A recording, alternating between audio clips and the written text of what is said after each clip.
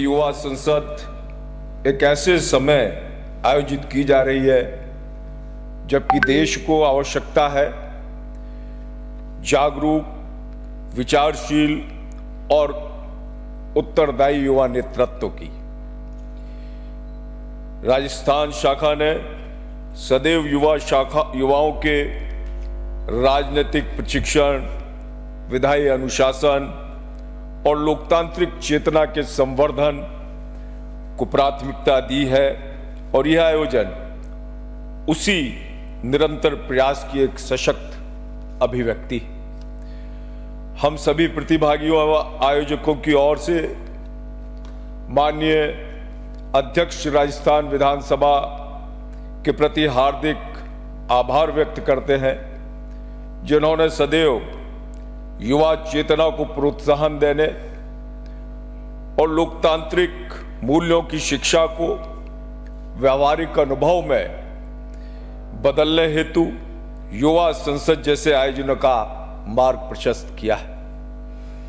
उनके दूरदर्शी नेतृत्व एवं सशक्त संरक्षण में पूर्व में संपन्न अनेक युवा संसद कार्यक्रमों में न केवल युवाओं को वैचारिक मंच प्रदान किया, बल्कि उन्हें जिम्मेदार नागरिक और भावी जनप्रतिनिधि के रूप में तैयार करने की दिशा में महत्वपूर्ण कदम आपके द्वारा उठाए गए।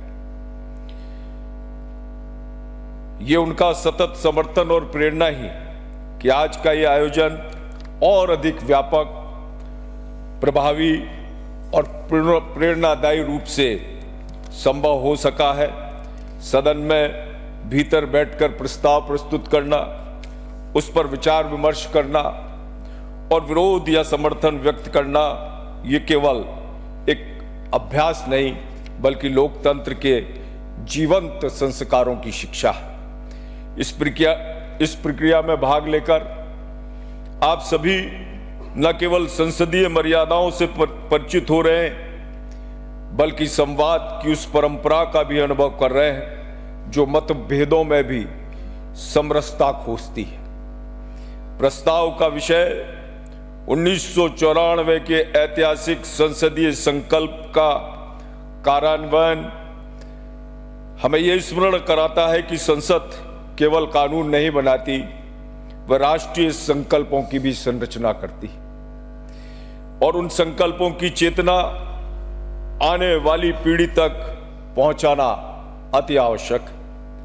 आज जब आप ऑपरेशन सिंदूर जैसे हालिया घटनाक्रम को संदर्भित करते हुए राष्ट्र हित में विचार रखेंगे, तो यह संवाद केवल वाणी नहीं बल्कि जागरूक नागरिक धर्म की अनुभूति होगी। हम चाहते हैं कि आप सबके भीतर ये अनुभव स्थायी हो कि लोकतंत्र में भागीदारी केवल मत डालने तक सीमित नहीं बल्कि विचार देने, शांति से विरोध करने और उत्तरदायित्व के साथ भूमिका निभाने तक विस्तृत है। मैं इस अवसर पर आप सभी युवा प्रतिभागियों को, उनके अभिभावकों को, शिक्षकों को और इस कार्यक्रम को सफल बनाने में जुटी पूरी टीम को साधुवाद देता। साथ ही में राष्ट्रमंडल लालायित रहते थे और आज आप सौभाग्यशाली हैं जहां पर लाखों मतदाताओं से चुनकर आने वाले जनप्रतिनिधि बैठते हैं, वहां पे आज आप बैठे हैं। आपको बहुत बहुत बधाई, आपकी शुभकामनाएं।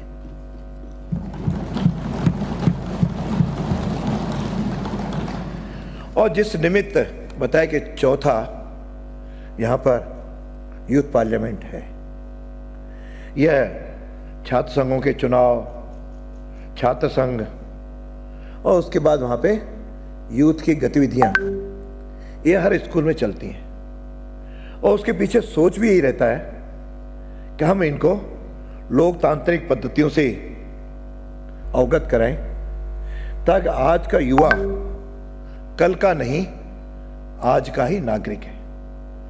एक ज़माने में हमारे समय कहते थे तो कल के नागरिक हैं, लेकिन जैसे जैसे सामाजिक, राष्ट्रीय, ऐसे कई विषयों पे जो परिवर्तन आ रहे हैं, उन परिवर्तनों से आज युवा हर समस्या के प्रति जागरूक भी है और अपनी भूमिका भी चाहता है।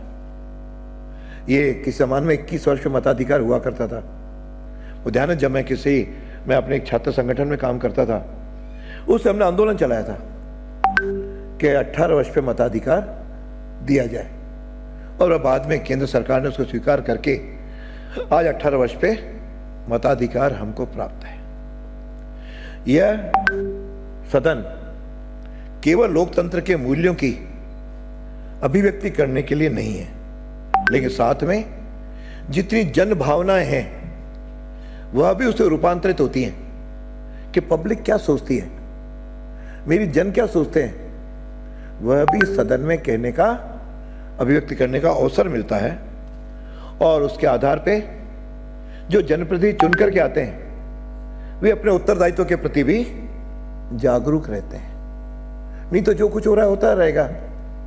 यहाँ पे आए, भाषण किए, चले गए, लेकिन जो विषय रखते हैं, इसलिए आप लोग इसलिए बता रहा हूँ, आप भी तैयारी के साथ आए होंगे, कुछ विषय दिन भर के सत्रों में आएंगे भी, लेकिन उसको ध्यान रखना चाहिए। फिर ये जिम्मेदारी एक लोकतांत्रिक चेतना के लिए तो है, लेकिन केवल चेतना नहीं, विचार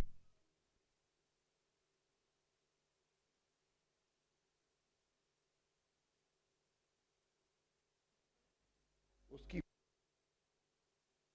हर एक लीडर बनता है। युवाओं का संबोधन किया, उन्हें संबोधित किया। आज विधानसभा में युवा संसद का आयोजन किया गया है, जहां कई राज्यों के कई युवा जुटे हैं।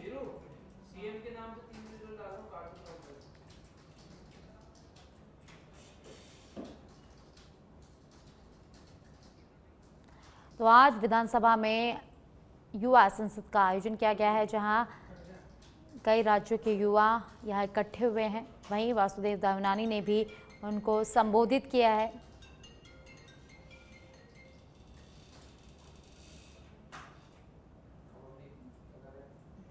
तो विधानसभा में आज युवा संसद आयोजन किया गया है। स्पीकर वासुदेव देवनानी ने इसका शुभारंभ किया।